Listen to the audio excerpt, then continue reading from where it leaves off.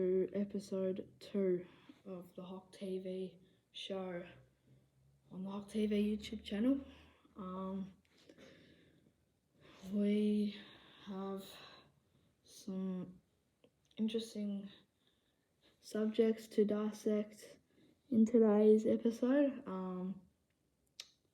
Obviously, we'll start with the two players that have signed on at the Hawks, in Max Ramsden and Harry Morrison. They've both signed 2-year deals, so we'll be at the Hawks till at least the end of 2026. So I'm interested. I didn't necessarily think Morrison would want to sign another deal. Obviously, he's getting some game time, but not as much as he probably would have hoped. And he's a pretty good player.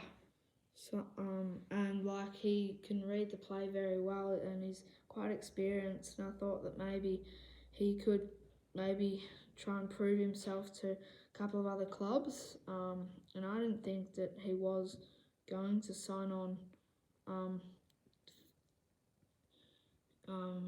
for another 2 years for the club. But it's good to have him. Obviously, he's a utility. He can play basically anywhere you put him. Can play half back, can play wing, can play in the guts, and then he can swing forward and kick a few if we need him to.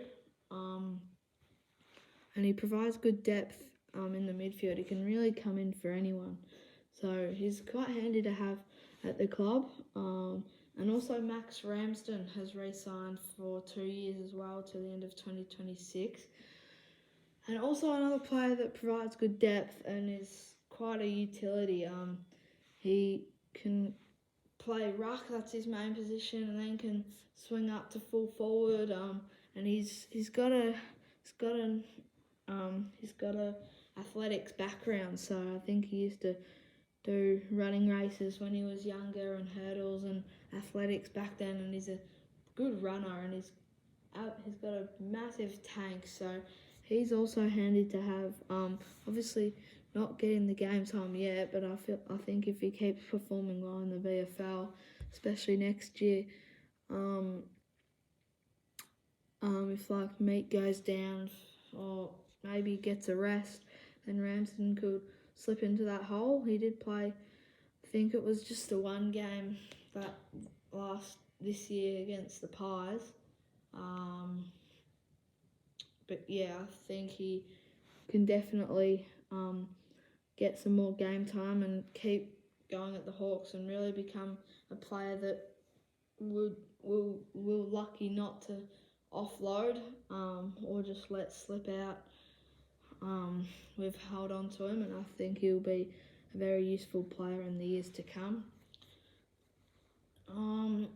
Obviously, the AFLW girls got the win on Wednesday night against the Suns at Kinetic Stadium. I attended that game. Going into it, I thought that it was not going to be as close as it was. Obviously, Gold Coast are the only team to not have won a game yet. They've drawn a game, but they are yet to win one. And I thought this will be a good win. Get some young players involved, and well, it turned out to be the complete opposite. It was an absolute scrap fest. We kicked 4 goals 11, and that costed us in the end. That nearly costed us. Obviously, we got quite close. Got within a goal at one stage in the third quarter, I think. And yeah, we just definitely didn't play our best football, and it was kind of made it a bit too easy for the Suns at times. And yeah, we just, in the last, after half time, they just came out and really looked like they wanted to win. And it kind of looked like we weren't ready for it. But then at 3/4 time, we switched back into gear slightly, and were able to kick a few goals and win the game. But yeah, I think probably we'll take the 4 points, but we probably would have liked to win that one by a little bit more. Seems that the Suns haven't won a game yet, but we'll be back, and next week we've got later in the week, I think we've got the Dockers, I'm pretty sure, in Freo. So yeah, we'll look at just trying to improve after the Suns game.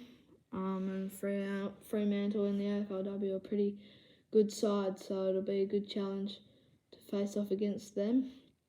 And then the final thing I wanted to talk about was Tamara Smith's bump against the Cats.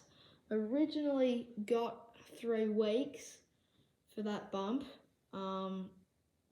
but in the end, just they went and they challenged it, obviously, because she's a very good player, one of our best half-backers, and they challenged it, and then she got off.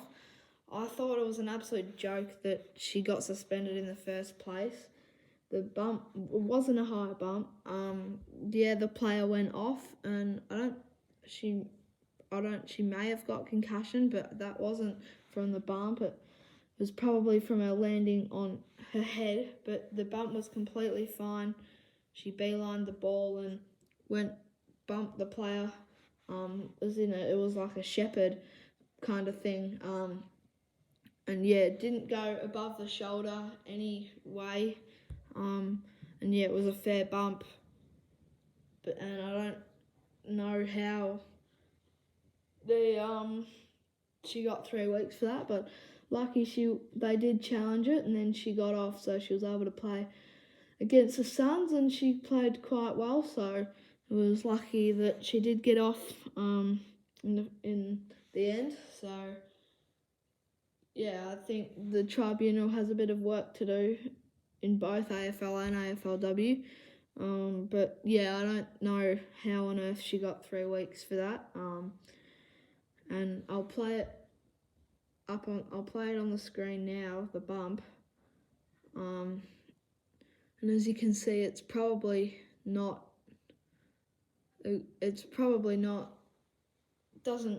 not worth a suspension at all. So yeah, that's the bump there. But she ended up getting cleared, played against the Suns, and yeah, so that is what has happened in the last week or so from a Hawthorn point of view. But the next Hok TV Show, episode 3, is going to be a big one, because obviously the Peter Crimmins medal is tomorrow, the time I'm filming it, Saturday the 5th of October, I believe, yes. And so yeah, we'll have some news about that. And yeah, until the next episode on the Hok TV YouTube channel, stay safe and go Hok.